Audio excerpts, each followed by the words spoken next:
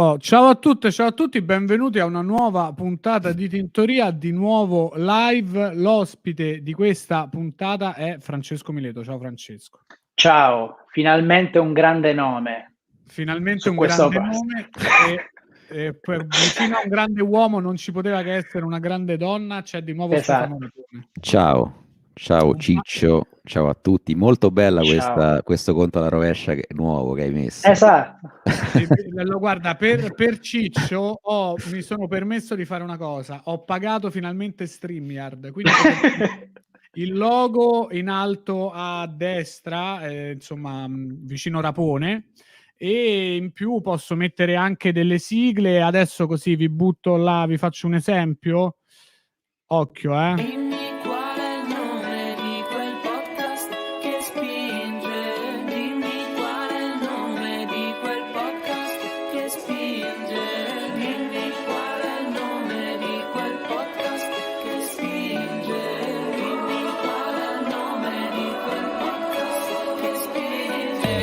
Dimmi qual è il nome di quel podcast che spinge. Lava gli argomenti però non li spinge, ne li restringe, Rapone una sfinge. Succhiati il naso, scalda la laringe. Chi ti respinge non segue gli istinti, si affida alla Madonna o ai cari istinti. Poco convinti da idoli finti, noi ci affidiamo solo a San Daniele Tinti.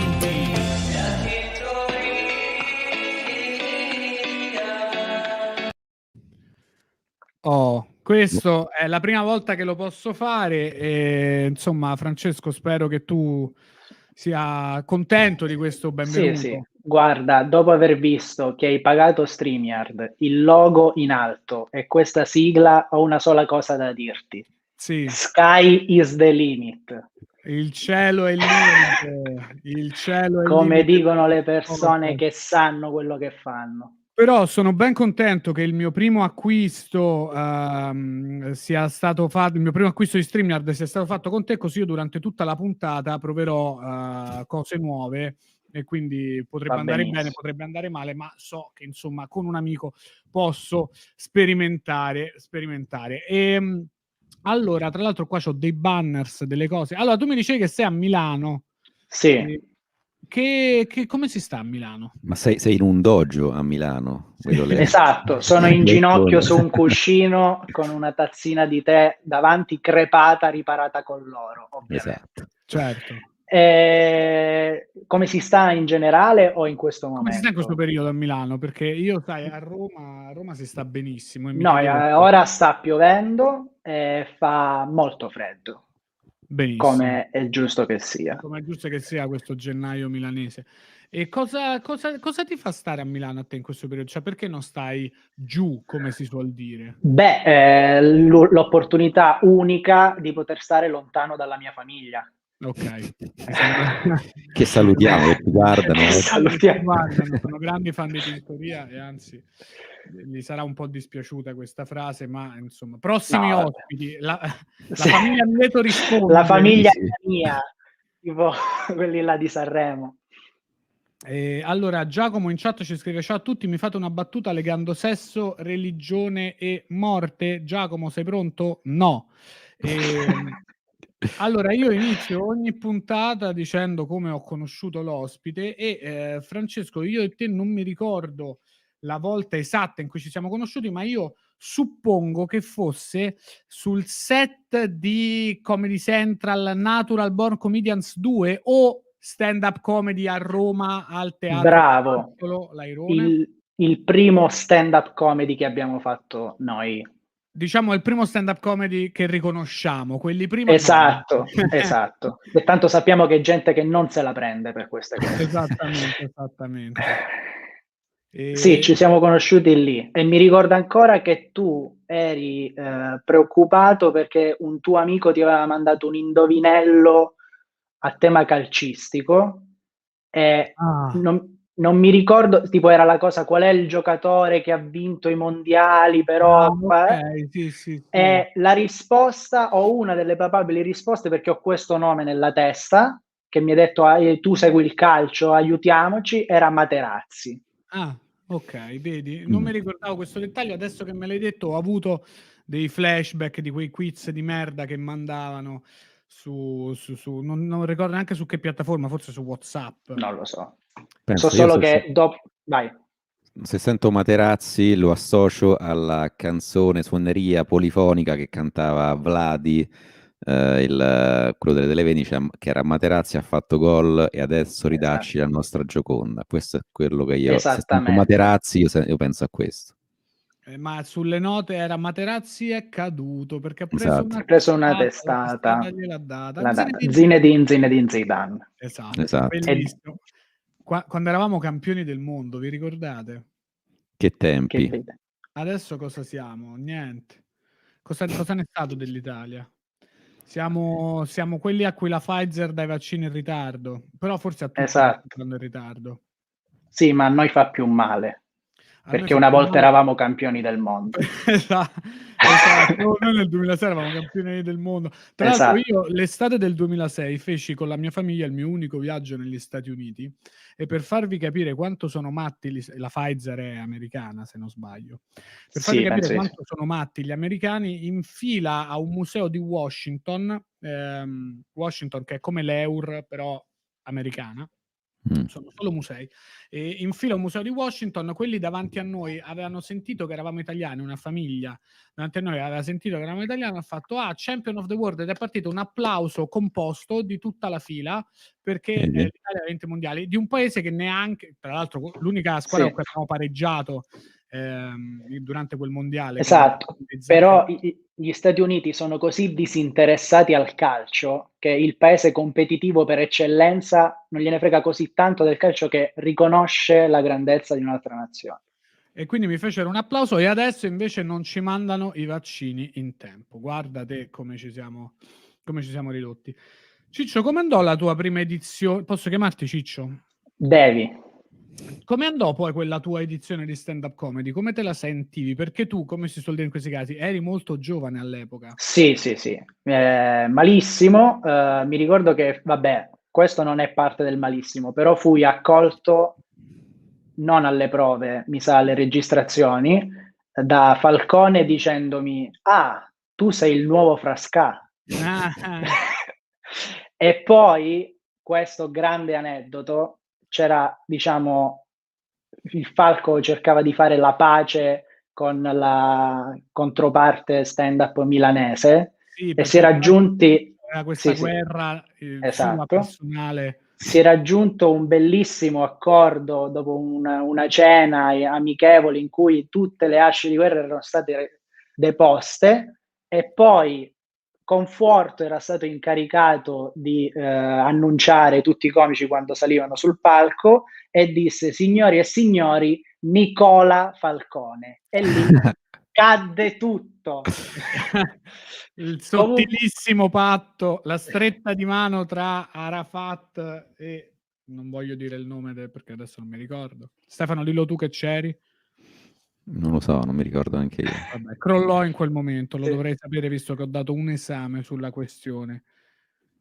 Comunque io andai abbastanza male, cioè, perché comunque facevo stand-up da credo meno di un anno e dovevo registrare 2 pezzi, li registrai tutti e 2, uno venne tagliato giustamente e l'altro si vede proprio che mi cago in mano. Però, che è quello ovviamente che su YouTube è per la vita. Come sempre, infatti, come la scelta. Allora... Se lo sentite, si sente proprio la mia bocca asciutta e si sente sempre... questo me lo ricordo. Questo me lo ricordo veramente. Però allora comunque era tra Arafat e Rabin la stretta di mano. Non lo volevo dire, però non volevo fare una figuraccia. Io non lo dico. Lo dico, è lui o non è lui, ma certo che è lui. Io però allora Ciccio, perché io ho un ricordo positivo di quella tua esperienza a Comedy Central, perché cioè, quella mi sa che è la prima volta che io ti ho visto dal vivo e mi ricordo di aver pensato che tu fossi bravo. Ma perché il pezzo non era brutto, sono io che sono andato male. Però allora se ti ho visto e sei andato male, io avrei dovuto pensare guarda questa pippa, e invece mi ricordo di aver pensato... Perché forse mi hai visto alle prove pure e lo stesso pezzo l'hai visto fatto decente, tipo. Ma alle prove c'era il pubblico, no? No. E forse... Non lo prove so. non c'è il pubblico. No, io non dico le prove in studio prima di andare in onda. tu dici le Io dico prove- le prove tipo 10 Ah. giorni prima. Ma erano Mi sa sempre di a sì. Roma? Sì, sì. Ah sì? Facemmo le prove a Roma per Sai, poi io non mi registrare. ricordo niente di quel periodo delle prove, cioè, ma l'abbiamo che fatte. forse noi non Abbiamo l'abbiamo fatto delle prove. Forse solo gli extra a Roma? Forse Boh. tra virgolette, con tutto il rispetto, i nuovi. Ma dove l'avete Esatto. fatte? Sempre là. Ah, no, forse allora no. Forse Non noi abbiamo fatto. C'era lo studio in costruzione, ma sì, siamo Mm. scesi tipo 2 giorni prima Mm. dell'inizio delle riprese. Vedi, incredibile. E poi, vabbè, senti, e come te la vivi questa cosa dell'esame? Sì, dell'esame, del video, non so parlare del video che sta online che non ti piace, perché è una cosa di cui abbiamo già parlato molto su Tintoria, che capita a tutti quanti abbiamo un video di Comedy Central che ci fa schifo e che però sta su YouTube con 150.000 visualizzazioni Certo. e tutti i commenti e dicono che brutto video e te gli dici sì, no guarda era tanti anni fa. Come te la vivi questa cosa? Sì, anche perché poi li hanno caricati nello stesso periodo in cui hanno caricato quelli nuovi. Sì. Quindi non è che puoi dire era tanti anni fa. La gente mica legge la data sotto e vede 2018, 19. No, ma io me la vivo bene perché alla fine che ci puoi fare? Non è una cosa che dipende da me. Capisco che l'abbiano messo online perché è giusto che lo facessero, purtroppo è andata così. Una sola persona poteva cambiare l'esito di quel video. Io non facendo cagare quella volta, non l'ho fatto, è andata così. Questa è grande maturità, però Grazie. Tu per esempio non hai video tuoi su YouTube o sì? No, ho qualcosina, qualche pillolina su Instagram, ma proprio a perditempo. Come mai questa scelta? Perché non ho proprio un video mio di un pezzo lungo in cui secondo me l'ho fatto tutto bene e mi dà fastidio metterlo in peritura memoria su YouTube, e in più, cioè io potrei mettere, ecco, quello del Parenti che comunque è fatto bene, solo che forse quando lo volevo mettere era prima di Comedy Central e mi sarei bruciato i pezzi che poi sarei andato a fare là. Ora col senno di poi sì, lo potrei mettere, ma sono già tutti i video che ci sono su Comedy Central a pezzi. Infatti Vabbè. potresti fare la versione bella di quella di Comedy Central, cioè tu lo intitoli come quello Sì. di Comedy Central, però better version. Esatto, metto Francesco Mileto si redime. Esatto. Redemption Remastered. Esatto. Sì, stupendo. Ma invece clip di battute le carichi da qualche parte? Sì, su Instagram. Sempre su Instagram. Quindi, ma sì, perché lo so che YouTube dovrebbe essere il futuro ed è la cosa che tramite uno cerca stand-up per vedere a Louis C.K. e si becca pure me. È la mossa intelligente. So che dovrei farlo, non l'ho fatto. No, ci sta, è molto, comunque sia, poi è molto faticoso caricare video online perché uno deve essere un video che appunto lo deve aver eseguito bene come gli americani, che Esatto. sai bene che è impossibile. Ma poi una volta che lo fai su YouTube magari non ti va di rifarlo dal vivo e quindi rinunciare a delle battute, cioè se fai delle battute su YouTube e le rifai dal vivo non succede niente. Se fai un intero monologo, poi vai a fare un'ora e 20 minuti di quell'ora l'hanno già visto la metà delle persone, è un peccato. Sì, però io lo vedrei anche nella logica, perché io sono uno che si stanca subito delle cose ormai già rodate, vecchie. Quindi, tipo, quando faccio Comedy Central, io la vedo come faccio sto pezzo lì e basta, me lo sono dimenticato, è andato, è eliminato. Quindi, teoricamente, sì, potrei pensionare i pezzi mettendoli su YouTube. Quello sì. Sì, perché non sai mai a chi possono piacere, è un attimo che diventi virale. Guarda, la viralità può sì. arrivare da un momento all'altro. Io sono 6 anni che l'aspetto, però credo che entro il 2029 arriverà. Io sono uno del Monte Rushmore che prese più di 2 milioni di visualizzazioni su Comedy Central. Esatto, perché poi le edizioni dopo Comedy Central. Esatto. Io, Fauro, Eleazzaro e Becky Manzi, credo, di quelli Ma vecchi. dove? Ora credo Yoko su Facebook. Ah, ok. Sì, questo Sì, sì. specifichiamo, 2000 visualizzazioni su Facebook. Che Ma Sì, no, questa cosa, certo. allora, questa cosa in Non che so, sai. in che si traduce questa cosa? Cioè, nel senso, in pubblico che poi diviene, viene di Sì, no, spettacolo? qualcosa ho ottenuto da follower, cose. Poi alla fine non sono mai pubblico reale, perché comunque te lo guarda tutta Italia e tu Mm. fai lo spettacolo in una città sola, però devi trovare tutta la gente che sta in quella città. Però comunque tipo ti contattano, tipo io credo che ai tempi per battute a Bene in Casa mostrarono quel video. Mm. Sì, questo può essere. Beh, tipo Eleazzaro c'ha tipo 8000 like su Facebook sulla pagina Mm. per quel video là.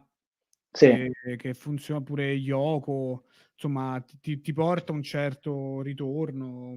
Comunque è una cosa che viene vista, qui diamo a Cesare quel che è di Cesare, viene vista perché funzionava, erano video che funzionavano ed erano tra l'altro video tagliati, no? Non era il monologo completo. Sì, perché il monologo era 12 minuti, quel video sarà poco meno di 5. Quindi che funzionava anche tagliato, che voglio dire, non Sì. è per niente scontato. Tra l'altro del Monte Rushmore, di quell'edizione di stand-up comedy dei più visti su Facebook, sei il primo ospite. Esatto, quindi questo, logica conseguenza, gli altri sono dei falliti. Esattamente, gli altri non valgono Esatto. niente, lo diciamo qui e lo sottoscriviamo. E senti, ma invece poi volevo arrivare un po' a Battute. Battute, Vai. programma che Esatto. andava in onda, per chi non lo sapesse, su Rai 2, che poi adesso siamo tra noi, lo possiamo dire. Era la Rai che faceva le prove generali per Lundini e la Fanelli e ci ha Esatto. usato come Esatto. burattini, marionette. Esatto. Queste eravamo. Però quanto ci siamo divertiti a farlo? Un sacco. E quindi ne è valsa la pena. Un saluto a tutti gli amici e le amiche della Rai, ci tengo a dire che sto scherzando. Nota come io non ho detto niente, però. Che tra l'altro sta tornando di moda adesso, in qualche modo cioè, c'è un sacco di gente che sta ripostando video, penso sì? sulla scia della pezza di Lundini, c'è un sacco di gente che sta caricando o pezzi di battute o comunque ne parla, cioè lo stanno rivedendo, quindi oggi mi ha scritto, mi ha mandato un messaggio vocale Massimiliano Mursia, che salutiamo, che è il mio autore, e mi ha detto ieri stavo tornando a casa con la pioggia, così mi ha fermato la polizia, mi ha chiesto i documenti e ha detto ma lei fa un programma in televisione? No, che favola incredibile. Tra l'altro l'ha fermato perché lui c'aveva tipo una pistola, il sangue sul cruscotto che c'aveva. L'ha fermato perché aveva rapinato una banca e poi gli hanno detto ma lei fa televisione. Esatto, vada pure. Quindi vedi, questa è la fama che ti Capito. fa passare ai posti di blog. Tra l'altro, ecco, Mursia, se avesse fatto una pagina Facebook o una pagina Instagram al tempo, avrebbe raccattato molti più follower di quelli che ho fatto io facendo. Ma lui ce l'ha, lui Esatto. c'ha Ma non YouTube. ce l'ha come tipo l'autore di Rapone, cioè è difficile se non sai il nome trovarlo. Vabbè che è stato detto nel programma, però 2 volte, una volta. Comunque si chiama Forse, cercate su YouTube Forse e anche su Facebook e troverete degli sketch di Massimiliano Mursia fatti da lui. Che salutiamo. Allora, vorrei parlare un po' di battute, perché poi in realtà di battute a Tintoriana abbiamo parlato sempre poco. Come ne hai messo una cosa di Falcone adesso? Sì. L'ho messa. Ho riportato una mia citazione che confermo, l'ho detto. Allora, la vogliamo leggere per il pubblico che ascolta? La leggo io. Dopo aver fatto battute, non criticherò mai più nessuno del mondo dello spettacolo se fa uso di cocaina o altra droga pesante. Francesco Mileto, Milano 2020. Esatto, ma non l'avevo detto per dire dopo aver fatto battute. Io intendevo battute come un programma quotidiano che va su una TV che più o meno la gente guarda. Infatti, vai, scusami. Cioè è una cosa con pressioni. Se tu vai male, di solito se vai male nel locale, amen. Lì c'hai gli amici e la famiglia che ti dicono sei andato male. In più ti trovi a dover cercare cose che fanno ridere ogni giorno, che credo che tutti noi non ce la facciamo più a un certo punto. Cioè io volevo veramente, non volevo più cercare di fare il simpatico proprio. Sì. Quindi io non critico chi cede sotto quella pressione e sotto quelle angherie e si getta nel tunnel della droga, che io comunque dico non lo fate. Condanni. No, non vi gettate nel tunnel della droga, entrateci cautamente un passo dopo Esatto. l'altro, portatevi una torcia e una corda per tornare indietro. E portate un amico. Portate un amico con voi. Un amico più esperto che sa un amico come che si fa. già c'è stato ed è tornato indietro, perché poi cosa si fa nei tunnel della droga? Si trovano gli amici che invece sono entrati e lì sono rimasti. E li trovi seduti su poltrone con sto tunnel con tutti foto, quadri, la televisione, c'è tutto. Ci sono persone che nel tunnel della droga hanno serre, orti botanici, ci vivono molto bene, si sono presi il cane, hanno messo su famiglia. Comunque, questo è vero, è che un aspetto molto sottovalutato di battute da parte nostra, proprio prima di iniziarlo, era, se posso usare il francesismo, il bucio di culo che ci dovevamo fare tutti i giorni. Perché comunque sia scrivere e scrivere una quantità di battute incredibili, perché poi veniva fatta una selezione brutale, perché poi noi per ogni notizia dovevamo scrivere varie battute che venivano selezionate al volo subito prima della puntata e dicevano ok, tu fai questa, tu fai questa, tu fai questa, poi tu fai questa, quindi senza prove poi noi si andava a registrare patapim patapum, e questo era molto faticoso. Quanto lo facciamo? 4 volte a settimana? Sì. Io mi ricordo che mi sembrava di non avere mai tempo libero. No, infatti. No, non c'era. Ma perché? Ma vai. No, perché il tempo che noi uscivamo da lì verso le 6, 6 e mezza, sul furgone già ci arrivavano le notizie del giorno dopo, proprio come incubo costante, e tu arrivavi a casa ed eri un cadavere, poi voi viaggiavate un sacco di più, perché dovevate andare dall'altra parte di Roma ed era lunghissima, noi eravamo vicini agli studi, però sì, cioè, qualche sera pur di vivere la città siamo usciti più che altro con Guia perché stava là vicino e altri, però poi la mattina dopo di nuovo ti svegli, tutte le battute che avevi scritto per le notizie che ti avevano inviato il pomeriggio prima erano inutili perché avevano cambiato tutte le notizie con quelle fresche della mattinata e vai a scrivere, meno male che avevamo record, mare e autore. Per fortuna. Questa è esatto, è l'altra cosa di cui volevo parlare, che noi comunque sia, che veniamo dal mondo della stand-up comedy, la pura stand-up comedy, ci siamo adagiati su quelli che si potrebbero definire, senza possibilità di errore, dei tormentoni. Esatto. Che sono stati, guarda, Rapone un po' di meno, forse solo la figura dell'autore, però era una figura ricorrente, forse quella ancora... Sì, è un però avevi anche Io sono Stefano Rapone di papà. Però quello cambiava ogni volta, quindi era anche quello un po'. Vabbè, pure Chi è Tatiana cambia la risposta di Chi è Tatiana, ma sempre Chi è Tatiana è la domanda. Devo dare ragione a Mileto, Stefano. Però quella è la battuta, invece a me cambiava la premessa. Senti, non cercare di ripulirti, sei sporco quanto noi. Esatto, però no, è vero che noi ci siamo appoggiati e questo perché quando si fa una cosa quotidiana, appoggiarsi a una cosa che si possa ripetere e che comunque fa ridere le persone, perché poi, cioè, battute non è che stavamo facendo Bill X, esatto. se ve ne eravate accorti. Però siamo arrivati pensando, noi arriviamo alla Rai e facciamo Bill X. Sì, facciamo la rivoluzione. E noi facevamo intrattenimento. E è stato molto bello, però facendo intrattenimento tutti i giorni uno si deve appoggiare a dei meccanismi che sa che funzionano, perché se no, se ogni volta devi trovare, cioè proprio fisicamente è impossibile in termini di tempo. E forse il tormentone che più di successo, meglio ripetuto di tutto il programma è stato proprio il mare di Francesco Mileto, di cui ancora si parla, che forse anche perché è l'unico che ancora ti tormenta, cioè tu sei l'unico che ancora, cioè pure qua nella chat uno scriveva si è già parlato del mare, quindi la brevità di battute comunque sia neanche di risonanza di chi è Tatiana, però comunque sia ti porti dietro questo zaino. Come te la vivi questa cosa? Cioè, perché mo, a parte le battute, fa ride che ti scrivono il mare per una cosa che comunque sia c'ha avuto la diffusione che c'ha avuto e l'impatto che c'ha avuto. Però il mare te lo scrivono tutti.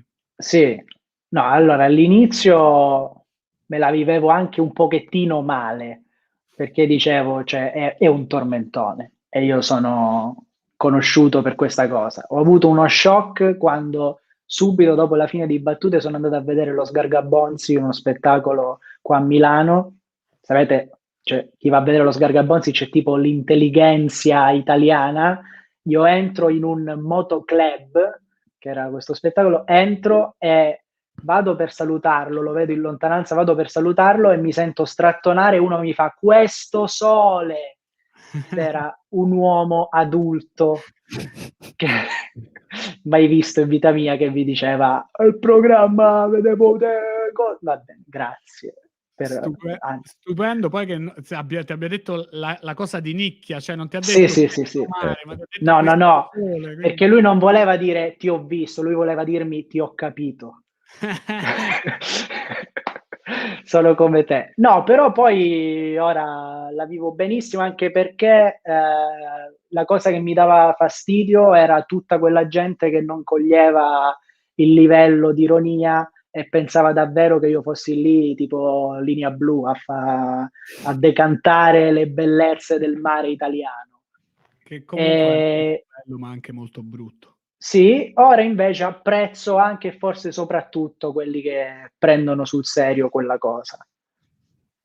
Che poi posso dire la cosa più bella di questo tuo percorso è stato il momento in cui è stato chiamato un mandolinista che aveva Sì. suonato con Morricone, non lo so con chi aveva suonato. Sì, con Morricone e Piovani, ma è stato bellissimo perché io ho scritto nel file, ma tipo 2 giorni prima, 2 puntate prima, avevo scritto nel file tra parentesi, mi piacerebbe avere un mandolinista o 2 mandolinisti dietro, così, chiusa parentesi, ma anche un poco scherzando. Sì, 2 perché... puntate dopo, alla riunione, Giovanni a capotavola mi fa: allora, Francesco, tu fai quella, il mandolinista arriva alle 3, 3 e mezza. Come? Ed è arrivato, e la cosa più bella è stata che è arrivato questo, che comunque, cioè, era veramente, ha suonato con Morricone, con Piovani, tipo filarmoniche da tutte le parti, tutto pagato profumatamente con i soldi dei genitori nostri. No, ma è arrivato con la sua bellissima custodia col mandolino. E Giovanni, tutto contento, viene e mi fa: arrivato il mandolinista. E siamo andati da questo mandolinista come dei bambini, perché cioè, eravamo così increduli che stessimo per fare questa minchiata e che ci fosse un professionista che è stato pagato per fare questa roba, che eravamo proprio al settimo cielo. Ma poi Arriva lui contro un mandolinista. Esatto. Allora lui apre la custodia e inizia ad accordare il mandolino, mi sembra che gli abbiano messo il microfono, il mandolino, e Giovanni gli fa: vai, suona qualcosa. E lui doveva suonare O Sole Mio. Inizia a suonare O Sole Mio, che tipo per i mandolinisti sarà veramente, cioè, un incubo ricorrente. Sì, no, ma sarà tipo quando alle medie suoni il braccio di ferro, cioè la cosa più banale, la prima cosa che imparano e basta. Lui suona 2 o 3 note di O Sole Mio e poi da mandolinista navigato che suona con Morricone, cosa fa? Posso fare anche altro? E no, O Sole Mio. E l'abbiamo mortificato. Beh, Sole Mio per 3 secondi poi. Sì. Suono Sole Mio durante un'ovazione della sala che fa bravo. Che tra l'altro non abbiamo fatto il nome, quindi non lo stiamo infamando. In puntata sbagliò il primo ingresso. Cioè? No, è vero, cioè era entrato tardi, mi sa. Sì, perché io dovevo dire, la mia battuta era sul sindaco di Roma, che Di Maio aveva detto diamo pieni poteri diamo poteri speciali alla Raggi, superpoteri, forse aveva usato proprio la parola superpoteri. E io dicevo: Riccardo, io alla Raggi, al sindaco di Roma, vorrei dare il potere di questa bella tavolata. E lì pausa, lui doveva alzarsi al pubblico, arrivare dietro e iniziare a suonare, quello di portare il sorriso nelle case degli italiani. Io dissi il potere di tutta questa bella tavolata e fermo così e non sentivo sole mio, non sentivo niente. Allora mi ricordo che fermo così tipo per 2 secondi, guardai Riccardo e gli feci, la rifaccio? E lui, sì, rifai. E lì poi Tinti fu quello che disse al mandolinista tipo in puntata, vai ora. Si vede dall'inquadratura larga una mano di Tinti che fa... Ma perché poi tra l'altro, guarda, questo bisogna dare un merito secondo me, a Battute, a Benincasa, di averci fatto fare una quantità di stronzate, però divertenti. Incredibile. Cioè, tipo la cosa, io me l'ero scordata, l'ha scritta Martina nei commenti, e le cozze con il limone messo da Daniele, perché durante il tormentone del mare a un certo punto tu tiri fuori delle cozze. No, oppure era Sì. proprio una notizia sulle cozze. No, era sull'Ilva di Taranto e io dicevo perché che gli investitori volevano comprare l'Ilva, degli investitori stranieri, e io dicevo potrete anche comprare l'Ilva, ma c'è una cosa che non riuscirete mai a comprare, le cozze tarantine. E io tiravo fuori e mettevo il limone, c'avevamo un secchio Sì, di sì. cozze crude che veramente, Puzzavano mamma mia, in che modo mai schifo, visto, quante cose restate là al sotto tavolo. tutta la puntata. Però capito, c'è la possibilità di tenere un secchiello di cozze fresche sotto al tavolo in televisione. Sì. È comunque una libertà molto bella, cioè da un certo gusto poter Sì. sperimentare queste. Infatti la cosa che faceva più ridere noi era veramente che non riuscivamo a credere che ci stessero facendo fare quelle cose.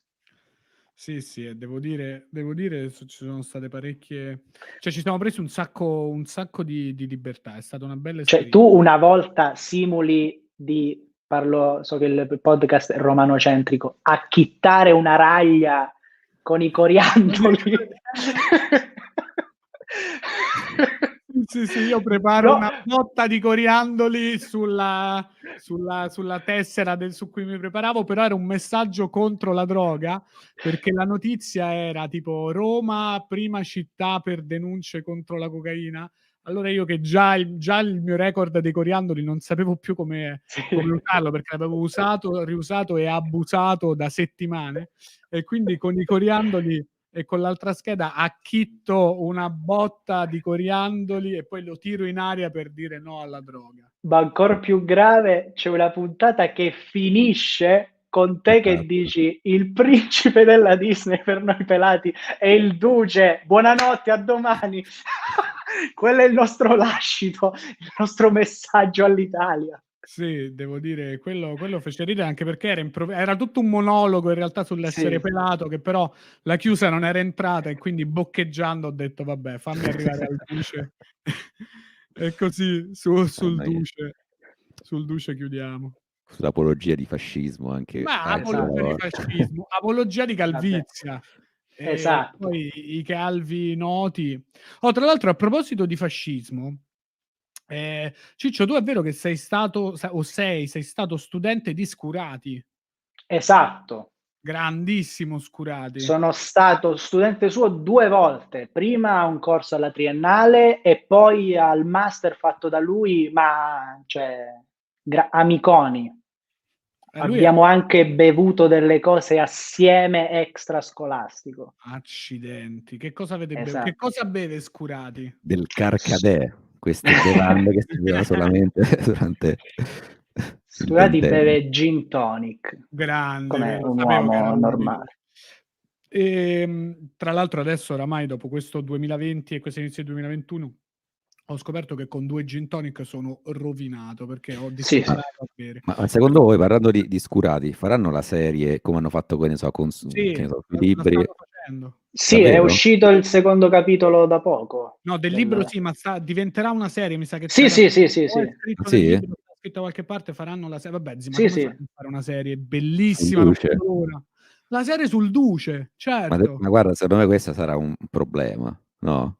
Ma quale problema? Stai solo per i bigotti come te, Stefano. Ma scusa, se il Saviano, questi qua si lamentano che il padrino ha creato emulazione sulla mafia, così figurati. Ma secondo me non crea emulazione, secondo me nessun contenuto influenza a questo livello il pubblico, semplicemente unisce chi già la pensa in quel modo, questo sì.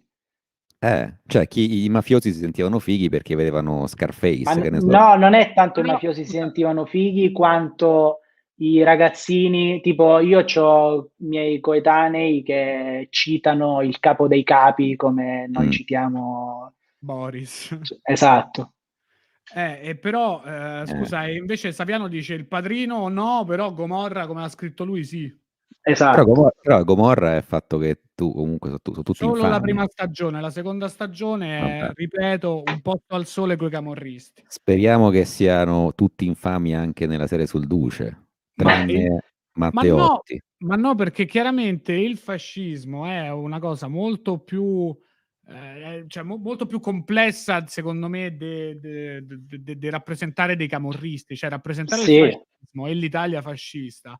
È proprio Mm. quella la cosa, è il fatto di quanta gente ci sia cascata, quanta gente ci credesse, ma quanta gente poi abbia il libro di vinto. Scurati fa una cosa scusa, che Ah, no, secondo vai. me non ha il coraggio ancora di fare nessuno, soprattutto col fascismo, ma in tanti altri temi, di ammettere che Mussolini, che siamo tutti contro, comunque era una persona super, cioè, è comunque uno che è riuscito a dominare un paese da solo. Cioè, non è che uno diventa dittatore così, cioè Sì, ho devi essere bravo. denunciato. No? Sì, sì, sì, sì, sì, è chiaro.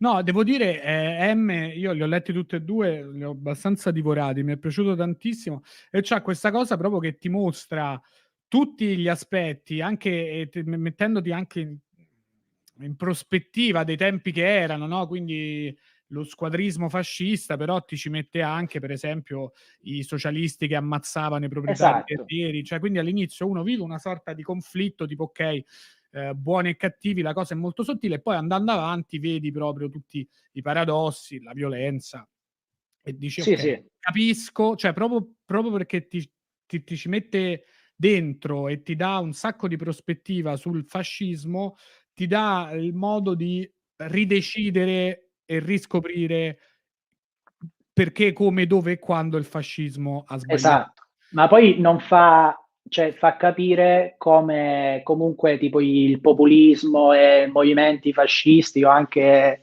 quelli che ci sono ora, comunque non è che è un leader che influenza un popolo, ma è il leader che parla con la voce del popolo, perché cioè, è un modo molto anche italiano, ma secondo me in generale molto occidentale, quello di togliersi dai colpevoli. Cioè di dire la Lega, la società italiana è razzista perché c'è Salvini. No, la società italiana è razzista, so pure io la società. Cioè, tutti noi da giovani siamo stati omofobi o pseudorazzisti, perché comunque era così la società, poi cresci e capisci. Però tutti Verissimo. noi almeno una volta avremmo usato l'omosessualità come insulto, ma pure gli omosessuali Cioè, siamo frutto della società, facendone considera parte. che il mio nuovo spettacolo di stand-up parte tutto da questo presupposto, quindi dobbiamo cambiare argomento rapidamente, Esatto, perché sennò vai. no, però a parte tutto, sono molto d'accordo con questa cosa. Sono molto d'accordo sul fatto che siamo tutti omofobi e tutti no, vabbè. Però, Sì, però sì, è vero, no, e M secondo me per me almeno ha fatto un sacco questa cosa di mettermi in difficoltà, cioè di darmi proprio modo di riscegliere e ricapire. Ma io sono d'accordo, però vedo anche qui nei commenti che lo dicono, cioè nell'epoca della semplificazione questo non era poi così male o peggio. E questo, chi Sì, però Mussolini. questo è il, già fa- così, cioè nel senso, cioè c'è un po' il rischio, secondo me c'è, cioè però non è un io periodo non è un periodo in cui si vedono le cose nella loro complessità, è un periodo in cui uno vede una cosa e dice, ah, ma quindi allora, però non è che non però devono farla. Sì, però capito che scusa, allora non scriviamo libri No, così no, perché no, non è che non devi farlo. Infatti il libro se lo legge chi se lo vuole leggere, non è vabbè, però che- comunque cioè, ha vinto il premio Strega, cioè non è Sì, che è un sì, sì, libro che è stato certo. messo così nel. No, non che sia brutto, cioè, o bello o brutto, dico, non è comunque un libro che vince il premio Strega, se lo leggono anche le persone che non leggono alla fine, perché comunque, il premio Strega, leggiamolo.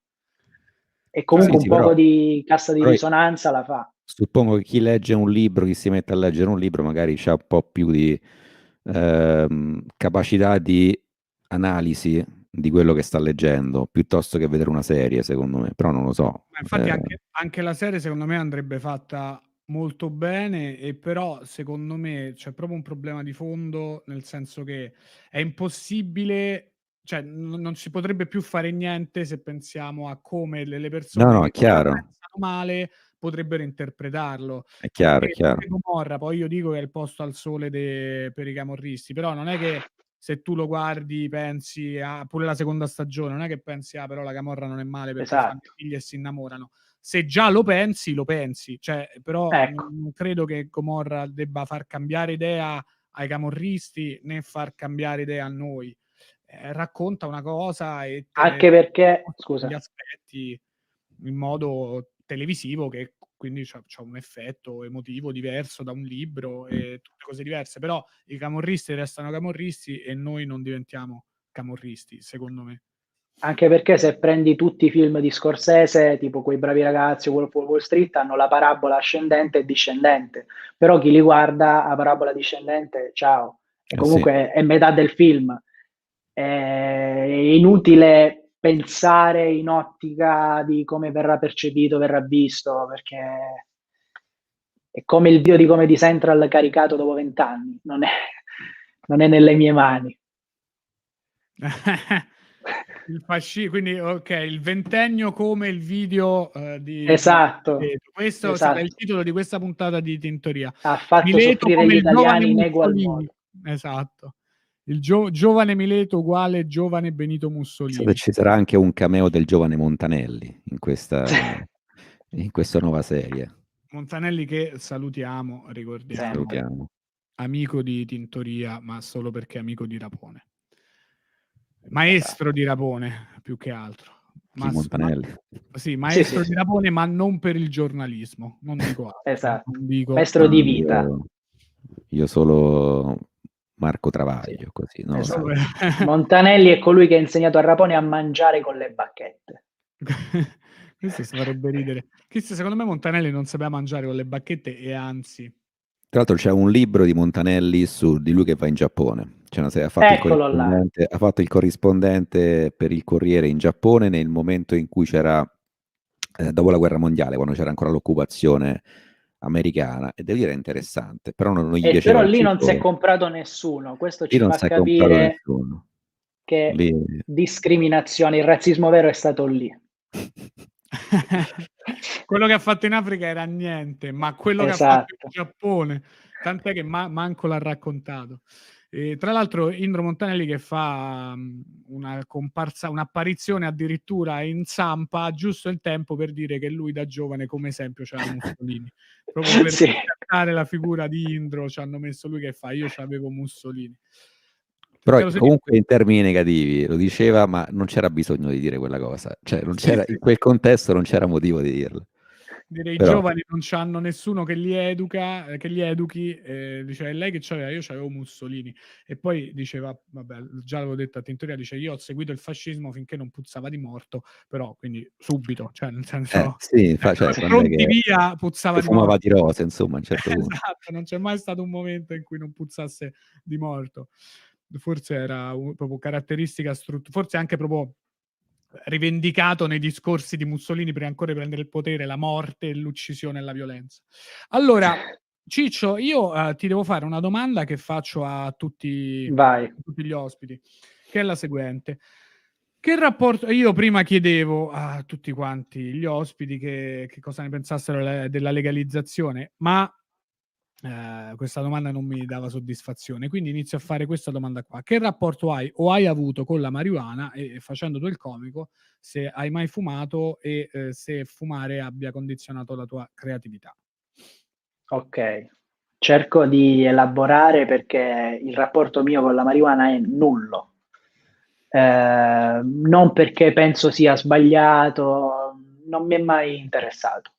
Io sono uno ho dei vuoti, tipo io non ho mai bevuto un frappè in vita mia, quindi c'ho molti vuoti nella mia vita. Questo Però non gli dispiace.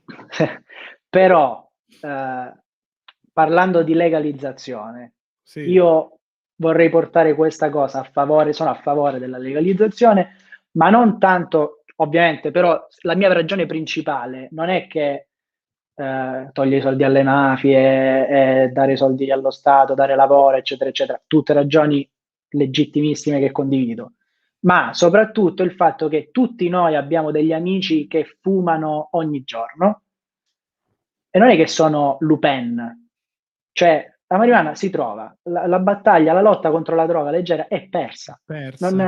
Non si può vincere. Non so se l'avete visto voi The Wire, la serie. No, non l'ho visto. Molto bella. C'è ogni stagione riguarda un problema della criminalità di Baltimora. È una serie un poliziesco e ogni stagione si occupano di un settore della criminalità di Baltimora. C'è una stagione in cui si occupano dell'epidemia di eroina e arrivano alla conclusione che il dispiegamento di forze di polizia è esagerato e comunque non riescono a togliere l'eroina dalle strade di Baltimora.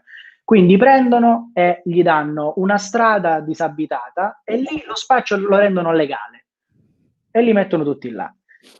Questo provvedimento viene spiegato dal maggiore sovrintendente facendo un parallelismo con quando avevano messo una sorta di proibizionismo, cioè non si poteva bere alcol per strada a Baltimora, e dice la polizia girava per strada e vedeva ovunque persone che bevevano alcol, li doveva arrestare, e non riusciva più a seguire tipo omicidi, traffico di denaro sporco, non aveva più le forze per seguirlo.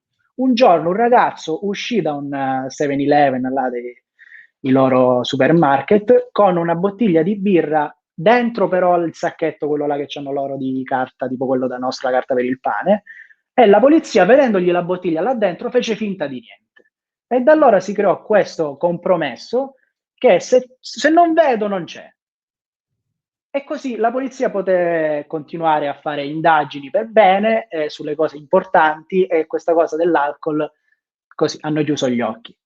Questa è la marijuana in Italia o nel mondo, cioè non puoi fermarla. Quindi a sto punto, essendo anche che ti conviene, che ci guadagni, legalizza. Mi hai convinto. Quindi è per questo che si usa il cartone nelle bottiglie. Sì. Nei film ci sta. Io non sapevo questo. Quante la cose si brown imparano. paper bag.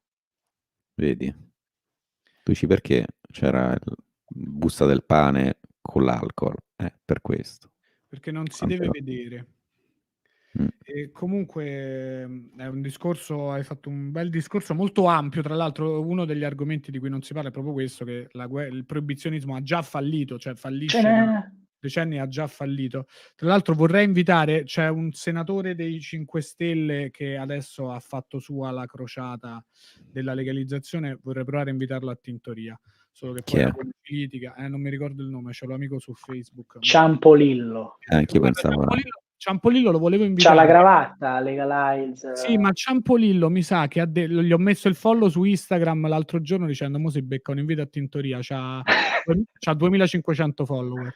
Per ora, secondo me, già sono saliti.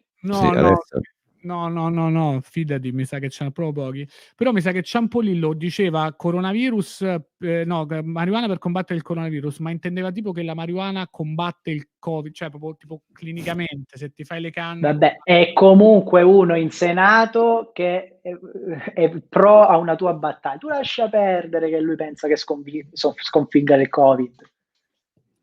Ciampolillo. Ci avevo pensato a invitare Ciampolillo. No, questo è un 5 Stelle che devo... C'ho l'amico su Facebook, adesso non mi ricordo il nome, lo inviterò, vedremo se farà discorsi validi come quelli di Mileto. Ma è senatore o deputato? No, senatore questo qua, dei 5 Stelle. Allora, vado a leggerti le domande, che però non sono le domande al pubblico, però non sono su WhatsApp, che è quello che ho aperto, bensì su Instagram. Ci sono un po' di domande che io credo siano un po' specific, però poi me le devi anche spiegare. Meglio Cesare o Sotto Zero? Ok, queste sono 2 gelaterie di Reggio. Io, mi ammazzano se faccio una preferenza e mi faccio ammazzare Sotto Zero. Okay. La differenza qual è? Ecco, Cesare, esatto, perché Rapone è uno tipo Nanni Moretti, ha la fetish per i dolci. Sì. Allora, Cesare è un chioschetto in una piazza importante di Reggio, proprio un chioschetto, è molto caratteristico, nei quadri tipo vecchi di Reggio c'è Cesare, e se sei un turista Cesare, perché fa figo prendere il gelato al chioschetto, che è buono. Sotto Zero è accanto a un'altra villa antica, però è un bar, cioè è strutturato come un bar, quindi fa meno figo andare come turista. Sotto Zero ha gusti più adulti, tipo tartufo al rum, c'è anche dell'alcol messo. Cesare è più tipo Kinder Bueno, gusti alla frutta, anche gusti adulti, però se dovessi dirti una differenza sostanziale è questa. E in più, da Sotto Zero ti puoi sedere, perché ci sono gazebo, tavoli. Ma quali hai i gusti più strani tra i due? Perché appunto Tartufo al Rum e Kinder Bueno sono entrambi comunque che un po' deviano dalla norma, ce ne sono anche altri. No, allora, Reggio è una città di gelato, cioè molto famosa per proprio città di gelato, quindi sti gusti ci sono ovunque, gusti così strani.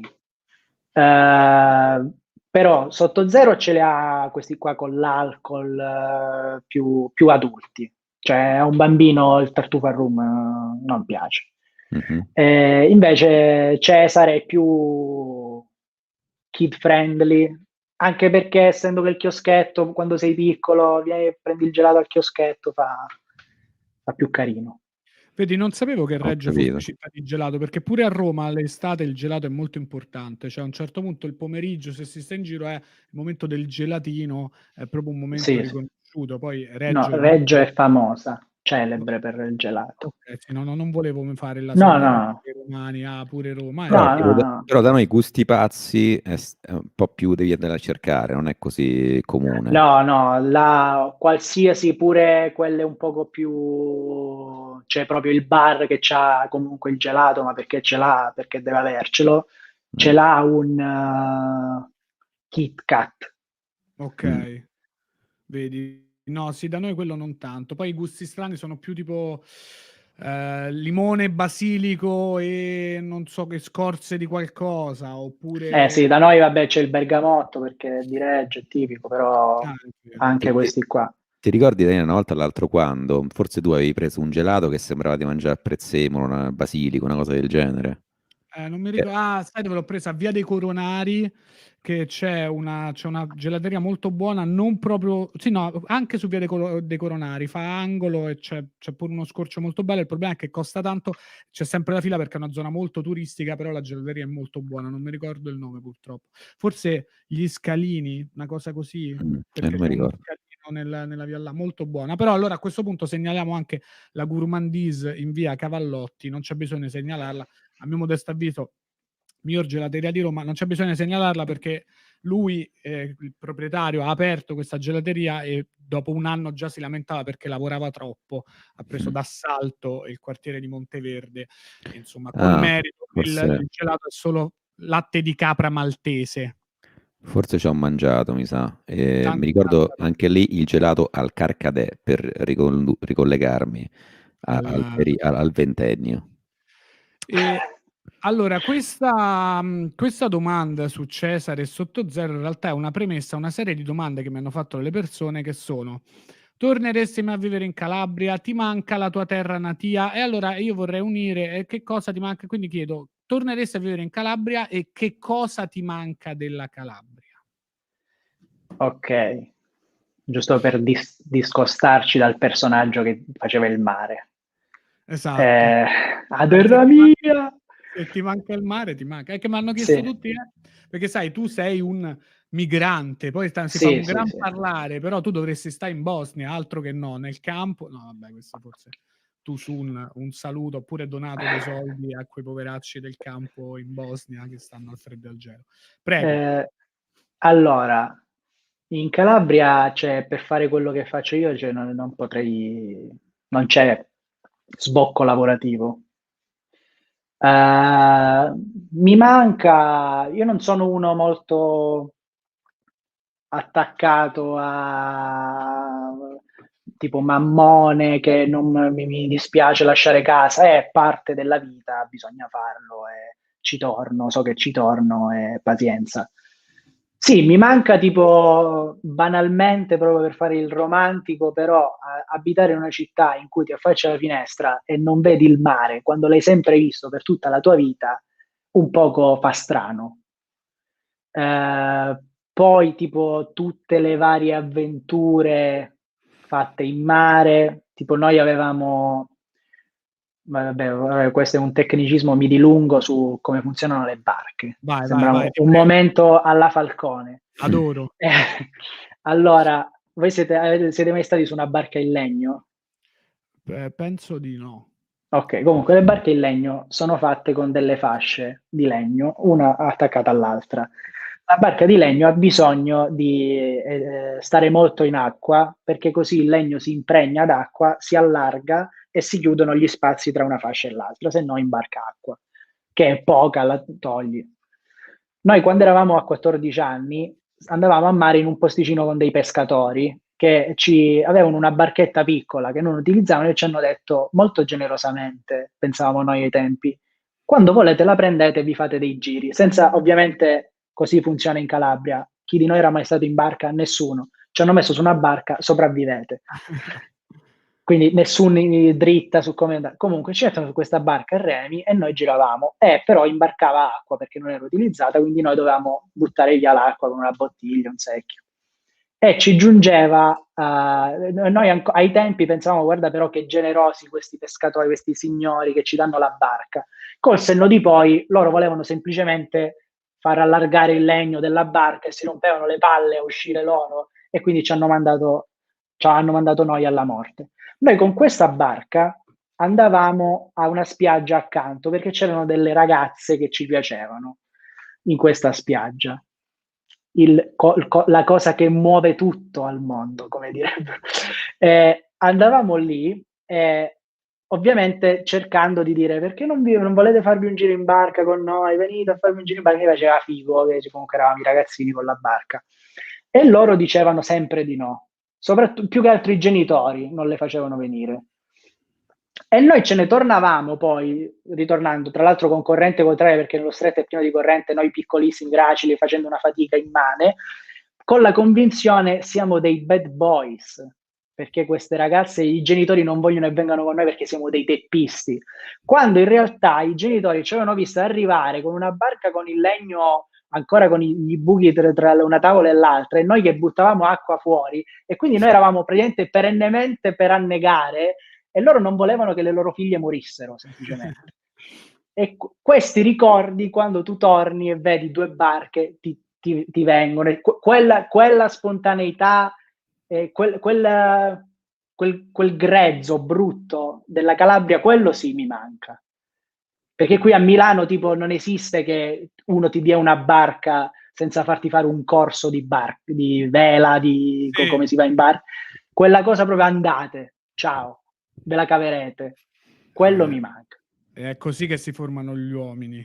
Esatto. Esatto. Eterosessuali, i migliori che esistono. Eterosessuali, esatto, quelli che rischiano di affogare con gli amici per andare Esatto. a farsi rifiutare da delle ragazze, non c'è nulla di più etero. Rischiare la morte per un no, Vero. è proprio la definizione del maschio eterosessuale. Esatto. Allora, tu segui l'NBA? Sì, Perché mi chiedono la tua squadra NBA preferita e i pronostici per la stagione. squadra NBA preferita, i San Antonio Spurs. Come mai? Perché ci giocava Ginobili che ha giocato nella Viola Reggio Calabria. Ah, è vero, giusto, certo, giustamente. Esatto. E poi giocatori indipendentemente dalla Viola Reggio Calabria, giocatore di un romanticismo fuori dal mondo. Straordinario. Eurostep all the way. E pronostici per questa stagione? Pronostici, beh, guarda, cioè il mondo urla Brooklyn Nets, Sì, però secondo me non ce la fanno. ma neanche arrivare in finale est? No, forse in finale est ci arrivano, però io comunque, io ancora da romantico spero che riesca prima o poi Giannetto Antetokounmpo a fare qualcosa, però comunque non gli costruiscono la squadra, quello c'è solo Middleton. Beh, adesso gli hanno preso Jrue Holiday. No, ti Sì, dico che l'est quest'anno è bello e io penso che alla fine in finale a est ci arriveranno i Brooklyn Nets. Cioè in finale est potrebbe essere tipo Brooklyn, non lo so, però i Nets potrebbero arrivare in finale e però se arrivano in finale con chi perdono? Solo con i Lakers, cioè l'anello lo vincono i Lakers. Sì. Secondo me non lo rivincono i Lakers quest'anno. Se non i Lakers, i Clippers. Cioè, sono finite le squadre a ovest. Sì, lo so. Che potrebbero... Boh. Cioè, fammi un pronostico secco. Chi vince, allora, è il 22 gennaio 2021 e per Francesco Mileto l'NBA la vince...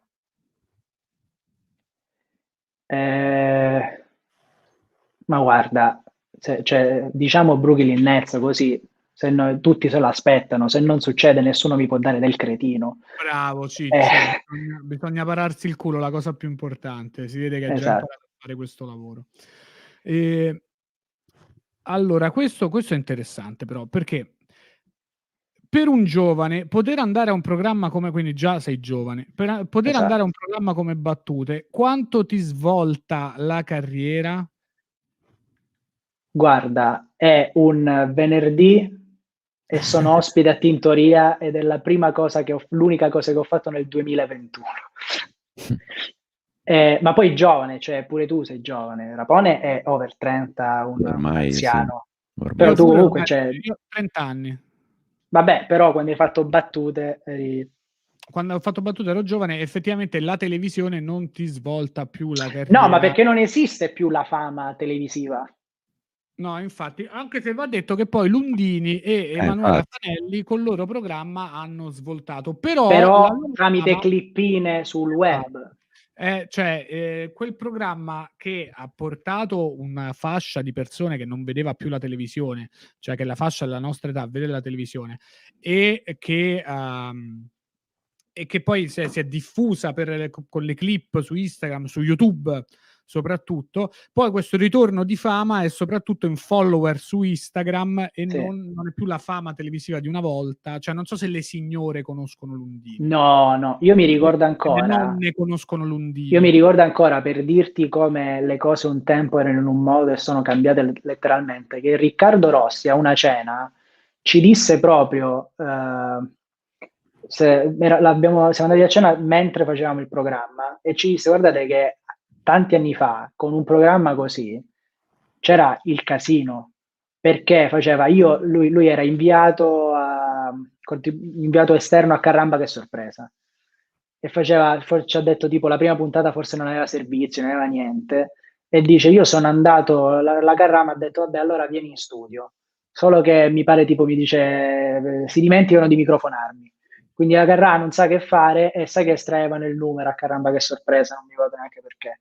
Allora gli fa va bene, allora entra e estrai il numero. Io entro senza microfono, senza parlare. Riccardo, vieni, prendo il numero 8, grazie, ciao. La sera non potevo camminare a Roma. E noi quella cosa... quello del numero. Sì, e noi quella cosa, anche se facessimo Sanremo, non l'avremmo mai.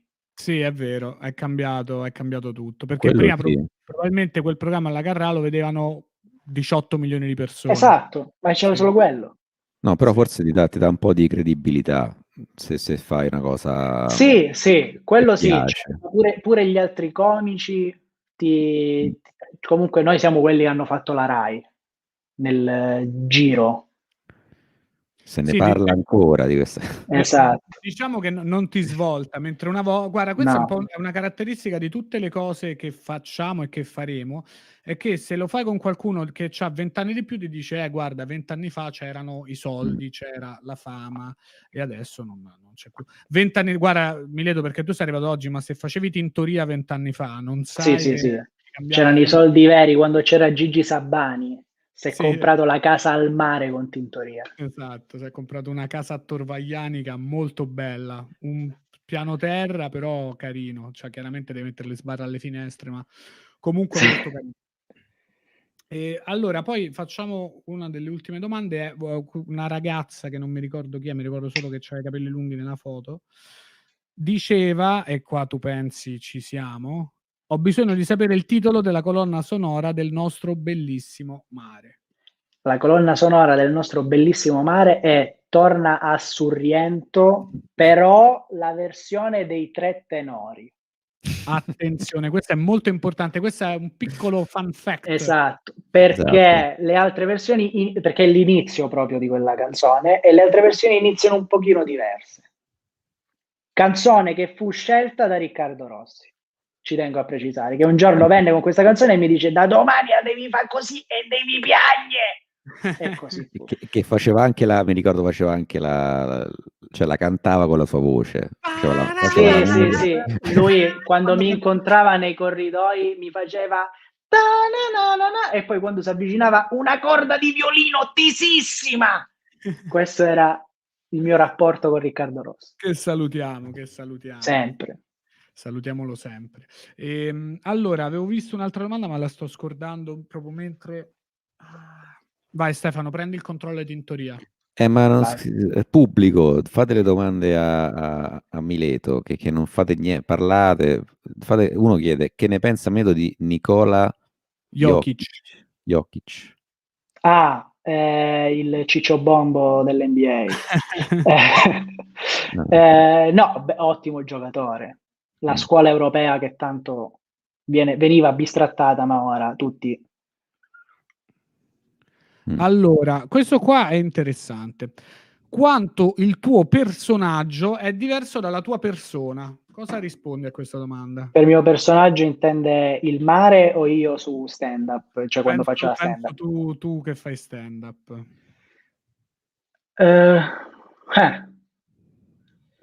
Credo sia una versione un poco esagerata cioè tutto quello che è il mio personaggio io ce l'ho mai interiorizzato, cioè io sono forse il mio personaggio un poco ansioso, un poco marcia sulle paranoie, io quelle paranoie ce l'ho perché non è che me le invento, però sono molto calmo nella vita normale, cioè le sopprimo come si fa da veri uomini. Bravo, davvero uomino che Esatto. prende la barca per farsi dire no. Esatto. Mi sembra giusto. Ma tu, il tuo personaggio sul palco, questo mi interessa per una cosa proprio mia. Quando tu sei salito sul palco, già avevi chiaro che saresti stato un personaggio come è inevitabile quando poi si sale sul palco, oppure come me pensavi adesso sarò me stesso e poi quando hai iniziato a fare stand-up ti sei reso conto, aspetta, ma questo effettivamente non sono io, perché per il semplice fatto che sto sul palco, per quanto io tenda ad essere me stesso, non sono me stesso? No, io ho iniziato perché io ho iniziato come tutti gli stand-up comedian calabresi del mondo con Seinfeld. Mm-hmm. Cioè Seinfeld era... siamo solo due. Seinfeld era il mio dio. Qual è il rapporto tra la Calabria e Seinfeld? Cioè, com'è che c'è secondo me perché in Calabria c'è così poco da fare che ti metti a vedere tutto sotto la lente di ingrandimento, e Seinfeld un poco, cioè Seinfeld obiettivamente fa comicità per una persona che non vive, cioè che non può fare quella comicità una persona che va alle feste e si diverte. La fa uno che sta seduto in una stanza e c'ha una bajour davanti e pensa cos'è il ridicolo della bajour. Secondo me è quello, e in più la paranoia, cioè con gli ebrei, il calabrese c'è la paranoia, il sopprimere ogni gioia, ogni felicità. Io c'ho un pezzo nuovo sul fatto che tutta l'arte di solito viene dal dolore, perché uno vuole esorcizzare quel dolore e buttandolo fuori diventa un po' il dolore di tutti. Il calabrese invece lo vuole per sé, tiene tutto per sé.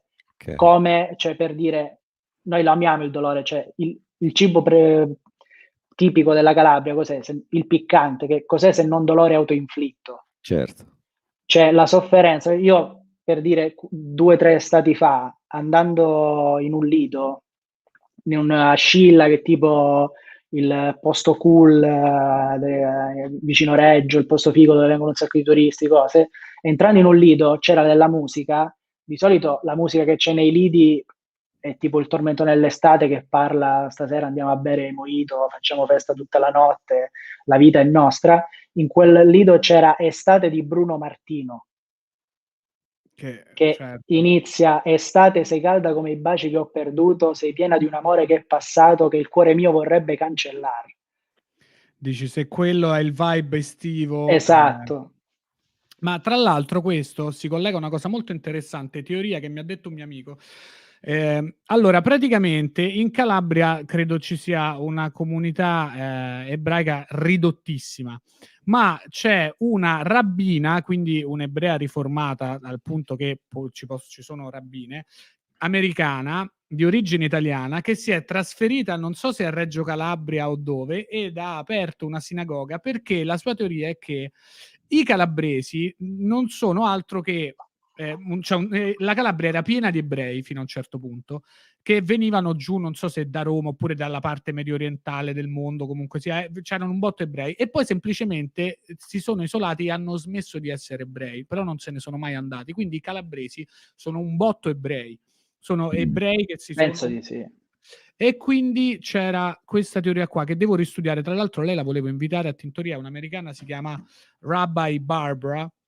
Quindi può essere Bellissimo. che questa La canzone dei Beach Boys. esatto, che questa vicinanza tra calabresi e ebrei sia perché sono la stessa cosa.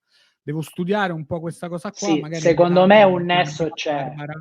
Anche non voglio fare l'antisemita, cioè che però sono le caratteristiche che ci marciano anche i comici ebrei su queste cose. L'attaccamento ai soldi, il voler... qualche cosa c'è, qualche caratteristica in comune c'è. Guarda, ti dico solo che lei si chiama la rabbina Barbara Aiello. E già come Aiello cognome. è un cognome pure di un mio amico giù, può essere che... Ed è la prima rabbina donna italiana, chiaramente. E vabbè, ma poi Perché la Calabria è progresso e integrazione, esatto. femminismo. Esatto, esattamente. Allora, vediamo un po'. Ti diceva, molti calabresi hanno origini ebraiche, a breve, primo matrimonio a Serra Stretta. Vedi, questo è molto bello. Avrei voluto studiare di più questa cosa prima all'inizio della puntata, però molti calabresi hanno origini ebraiche.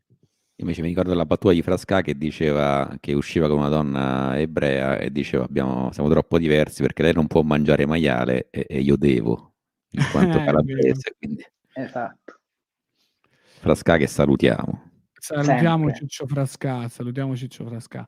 Allora, perché Rabbi Barbara ci racconta di provenire da una famiglia di Anusim, ebrei costretti a convertirsi al cristianesimo durante l'Inquisizione. E quindi semplicemente gli hanno detto vi dovete tutti convertire e si sono convertiti, però a livello proprio di popolo forse i calabresi sono ebrei ed è per questo che sono così pericolosi. Questo è il Ti dirò, messaggio. io ora faccio il test 23andMe e poi prendo il pezzo di Falcone, copia e incolla. E te lo fai in tutti i lidi quest'estate dove tanto Esatto. Falcone non l'ha mai visto Tra l'altro, nessuno. una cosa che ho già detto a Mileto in privato è mi piace molto questa rivalità che c'è tra lui e Falcone. Sì. C'è questa rivalità amichevole che comunque si stuzzicano, però poi alla fine sono amici. Guarda, io ti posso, forse te l'ho anche detto, potrei farvi vedere il video forse. Tutte le puntate di Tutti a casa del lockdown, capitava raramente che ci fossimo entrambi nello stesso momento connessi e quando c'era lui e non c'ero io, lui appena salutava, ciao Nicola Falcone, se ne andava, mi mandava un video in cui diceva hai visto Mileto come si sta in quel riquadrino? Salutiamo il Falco, e forse possiamo chiudere questa puntata tra un po', però ti volevo lasciare con una provocazione. Se spostassimo Israele in Calabria, non risolveremmo un sacco di problemi al Medio Oriente e all'Italia e alla Calabria stessa? Scusa però, se Israele non è riuscita a prendersi la Palestina ancora, cioè senza pacificamente e in modo che i palestinesi gli riconoscessero ok, questa è la vostra terra.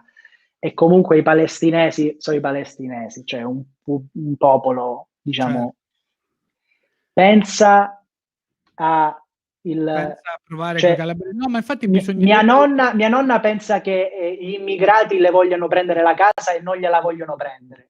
Pensa se viene un israeliano che gliela vuole prendere. No, ma infatti va fatto questo lavoro di dire voi non siete italiani, voi siete ebrei e la vostra terra è Israele e Israele è la terra promessa, era l'Aspromonte. Tutto questo tempo si pensava che fosse In Medio Oriente invece era nell'Aspromonte. Pensiamoci, perché potrebbe essere una grande Provocazione, soluzione. lasciamola così. Lasciamola così, Questa è al pari del mio pronostico NBA. O i Brooklyn Nets vincono il campionato, oppure i calabresi vengono invasi da da Israele. Israele. Oppure i calabresi, cioè, fanno una guerra. Io me lo immagino più che i calabresi prendono coscienza di essere ebrei e fanno una guerra civile per annettersi a Israele e poi Guarda, la vedi difficile. credo sia più facile che veramente i Clippers vincano il titolo piuttosto che un calabrese cambi idea, Ok, in generale. cioè, prenda Vabbè. coscienza di qualcosa. D'accordo, allora forse con questo spunto mi avvierei verso la chiusura di questa puntata. Francesco, mi ha fatto molto piacere. Faccio la domanda io. Il personaggio Vai. preferito di Dragon Ball non l'abbiamo fatto, già, non la facciamo scusa. più questa Di domanda. Dragon Ball. Vai. Per personaggio preferito tu intendi quello con cui mi identifico o quello che mi piace di più? Entrambi. Attenzione. Allora, mi identifico forse con... io non sono un aficionado come paragonabile a voi, premetto, quindi Krillin forse mi identifico. Giusto. Perché uno che comunque alla fine riconosce i suoi limiti, ma ci prova. E anche quando è appurato. E poi la che metafora sono della tutti più barca che forti. affonda per un no, lui distrugge Esatto. la terra per un no. Esatto. E lui però poi distrugge Poi però il alla fine telecomando. becca. Esatto. Distrugge il telecomando pur di scopare. No, pur di diciamo. farsi dire no all'inizio, Esatto. e poi però alla fine becca. Alla fine Esatto. Krillin Ma becca infatti è più- bellissimo che magari sembra un personaggio sottovalutato, no? Così, No. in secondo piano. Poi alla fine però la maggior parte della gente, anche che viene qui a Tintoria, comunque parla di Krillin perché alla fine Ma vabbè, è uno perché di noi. parliamoci chiaro, uno viene qua ospite e non può dire Goku, ovviamente. La seconda opzione che tutti avevamo da giovani era Vegeta. Non lo può dire, che è troppo banale, Krillin è rimasto. Quindi gli ospiti di Tintoria non si fanno le canne e preferiscono Esatto. Krillin. Questo è Esatto.